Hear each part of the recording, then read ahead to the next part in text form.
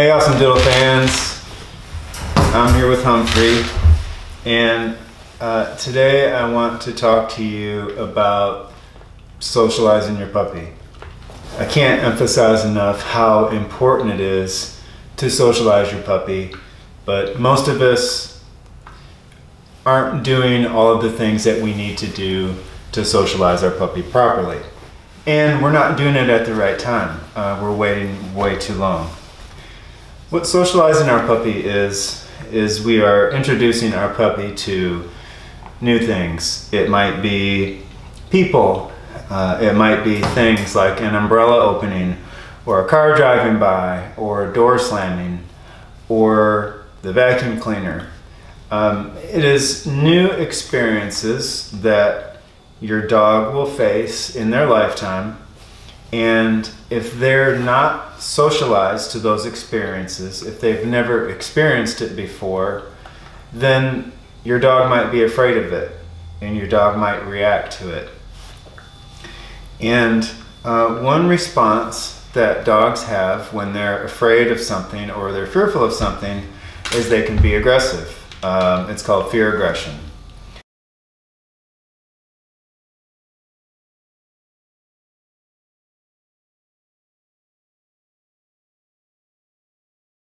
For example, if your dog sees someone who is wearing a hat and sunglasses and they've never seen that before, then they could be fearful of that and they might growl at that person. They may even lunge at that person in a fear type of response. So when we get our puppy, it is our responsibility to socialize that puppy, whether it's taking it to Home Depot, taking it to the pet shop, having friends come over to your homes, taking it to other people's homes. There are tons and tons of things that we can do to socialize our puppy. When you get a puppy from AussieDoodle, you are in a relay race. And the way I like to think of this is AussieDoodle, we start the relay race, okay? We raise your puppy until it's 8 weeks old. We socialize your puppy to things like the vacuum cleaner, and the ice maker, and the blender. Basically, we get your dog used to the normal types of household sounds, people coming and going, and things like that. When you get your puppy, now we hand the baton to you, and at that point, it is your responsibility to continue to socialize your puppy, continue to shape your puppy's behavior, and turn that puppy into a well-rounded dog as it gets older. That's not easy. Sometimes we get lucky. Sometimes we get a dog and we feed and water it 3 times a day and it grows up and it's, a great dog.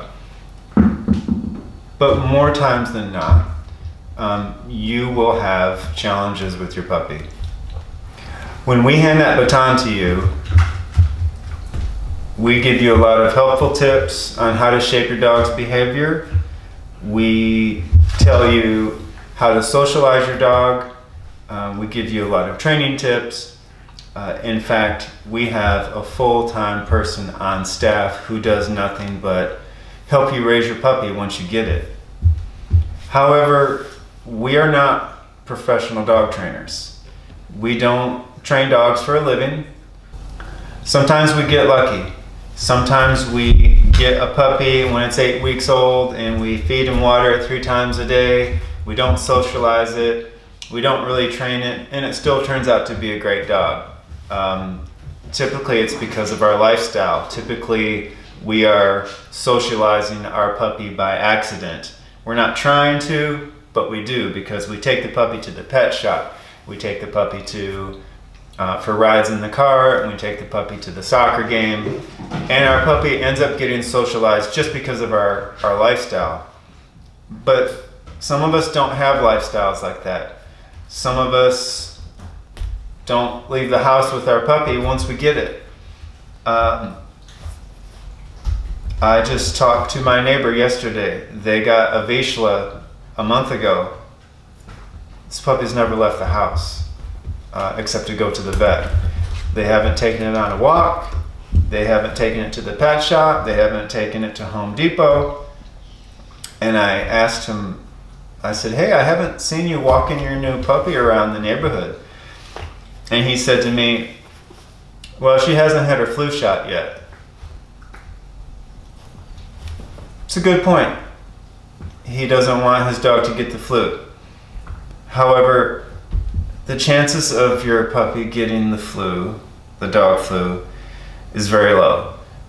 If your dog has been vaccinated, when it is 6 weeks old and 9 weeks old, its chances of picking up parvo or distemper or whatever is very low as well. The risk is very low, and the need to socialize and shape your puppy's behavior very, very much outweighs the small risk of your dog getting the dog flu. So, back to dog trainers. AussieDoodle hands the baton to you.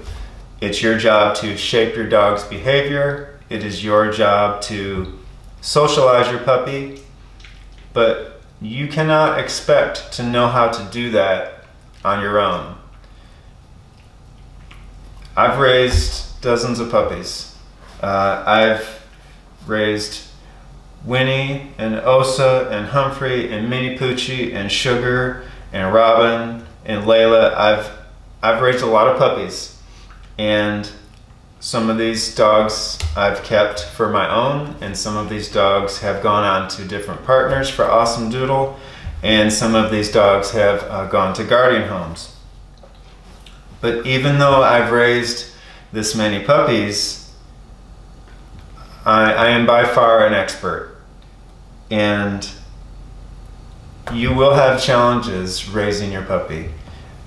Your puppy will bite you, it will nip at you, it will gnaw at your pant legs, it will bark, it will jump on people, and it is incredibly easy to accidentally shape the wrong behaviors. And when I say that, let me give you an example. If your dog is in the crate and it's barking because it wants out, and you say to yourself, I'm not letting that dog out because I don't want that dog to think that when it barks that it gets to get out of the crate. And that's good, that's smart. However, when your dog is barking in the crate and you look at your dog, or you tell your dog to be quiet, or you try to reassure your dog, then you are reinforcing that barking behavior, whether you know it or not. If your dog is jumping on your leg and you swat the dog off, push the dog off your leg, believe it or not, you are teaching your dog to jump on your leg. When dogs do something physically, like they jump on you, or it's puppy biting and they're biting at your hands, and we swat them away and tell them no, we are actually encouraging them to do it more. We don't realize it, but these are dogs. They don't know English. When the hands are coming down to the dog's face and we push them away, that encourages them to do it again and again and again. Let me give you an example. If you're at a concert and you accidentally bump into somebody, you might get pushed back, right? Somebody might push you off and say, get away from me, or watch it, buddy, one of those kind of deals. Well, we learn not to bump into that person again. Dogs don't see it that way. If we physically push a dog off of us, the dog doesn't learn that we don't want it on top of us. Here's another example.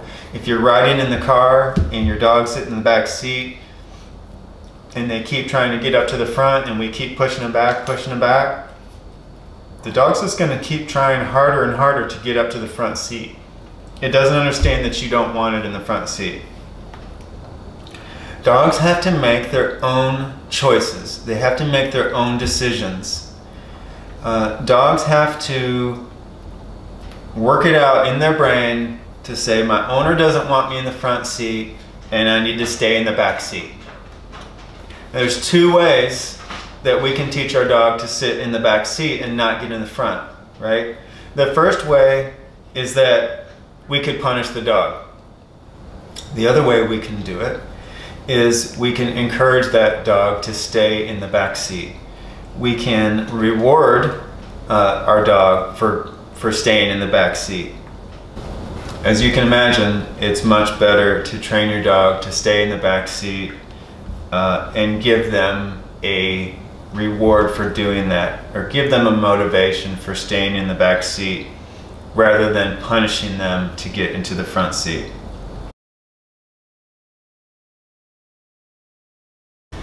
When we teach our dogs to sit, it's not about the sitting. We don't really care that our dog sits. When we teach our dog to sit, we are teaching our dog how to ask us for something. We are giving our dog the opportunity to ask us for a treat, or ask us to go outside, or ask us to play with them. Every person wants to have a voice, and these dogs are the same way. They want to be heard, they want to tell us things, they want to be able to express themselves, and they can't because they don't speak English. Okay? So by teaching a dog to sit, by teaching a dog to stay, what we're doing is we're giving that dog a voice, per se. We're teaching that dog how to ask us for things. For example, I have bells on my back door, and those bells teach my dog how to ask to go outside and go to the bathroom. Now, Winnie rings the bells when she wants food or other things to get my attention. If your dog doesn't have a way to ask you for things, what is it going to do? It's just going to jump on you, and it's just going to annoy you because it wants something. So I can't express enough how important it is to get a dog trainer into your home the week that you get your new puppy. If you get your puppy at 8 weeks old, you should have a dog trainer in your home by the time that puppy is 9 weeks old. I still get dog trainers in my home. Humphrey has already had 4 sessions with a dog trainer, and he is 14 weeks old. So Humphrey is incredibly smart. He learns things really with just 1 session, and if you have an AussieDoodle, it's most likely that your puppy will also learn things very, very quickly. You've heard me say before that the smarter the dog, the more high maintenance it is. That's very true. And a very, very smart dog can be very challenging to raise. But the good part of that is how quickly they learn when you are interacting with your puppy. These puppies want attention. They want you to play with them all the time. And to deprive a puppy of training when it is 8 to 16 weeks old, it is something that you can never get back again. Yes, you can train a dog when it's 6 months old or even 7 months old, but it is incredibly hard to shape a dog's behaviors once it's past 16 weeks old. When a dog is 9 weeks old, it might not have the mental capacity to work out in its head the things that you want or the things that your dog anticipates you want. You know, when your AussieDoodle is a year or two old, they really come into their mental capacity to work things out in their head. When they're little like this, when they're 8 to 16 weeks old, they don't have that mental capacity yet. However, they have a much better mental capacity to learn new things. Okay, so Humphrey is he's about 14 weeks old now. It is much easier to teach Humphrey something than it is Osa, who's 7 years old. It's much easier to teach Humphrey something, even easier than a dog who's 5 months old. The younger they are, the less effort we have to do in order to teach them something new or to shape their behaviors. If our dogs are jumping on our leg and we swat them off and tell them no, we just encouraged our dog to jump on our leg again. When our dog is standing at the gate and it's barking because it wants us, and we look at it and say, no, be quiet. All that puppy heard was, I love you, puppy. They don't hear, no, be quiet. They don't know what that means. So when we give our puppies attention for doing behaviors that are undesirable, we are actually teaching our puppies to do those undesirable behaviors. Remember that dogs do things that are reinforcing. And when I say reinforcing, what I mean by that is rewarding. Okay? So if a dog goes in the backyard and they start digging, digging is a rewarding behavior because they're digging into the ground. It feels good, they're making progress, they're smelling new smells. That is a very self-rewarding behavior.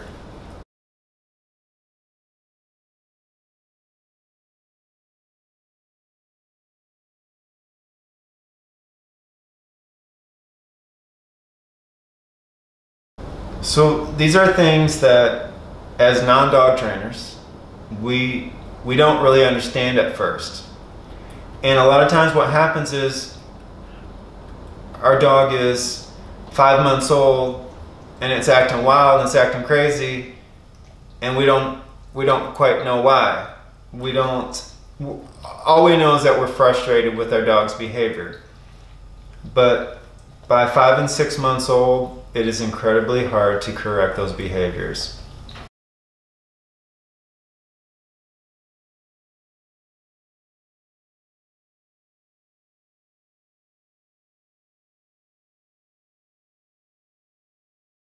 So when you get your awesome doodle, we will hand you that baton and we will work with you to help you train and socialize that puppy. And then you will work with your dog trainer to help you shape those behaviors that you want and turn your dog into an amazing dog for the rest of its life. Right, Humphrey? Goodbye.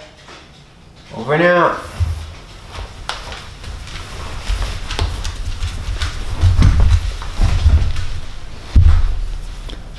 Adios.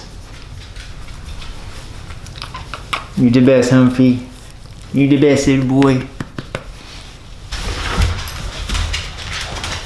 Hi, Manny Poochie.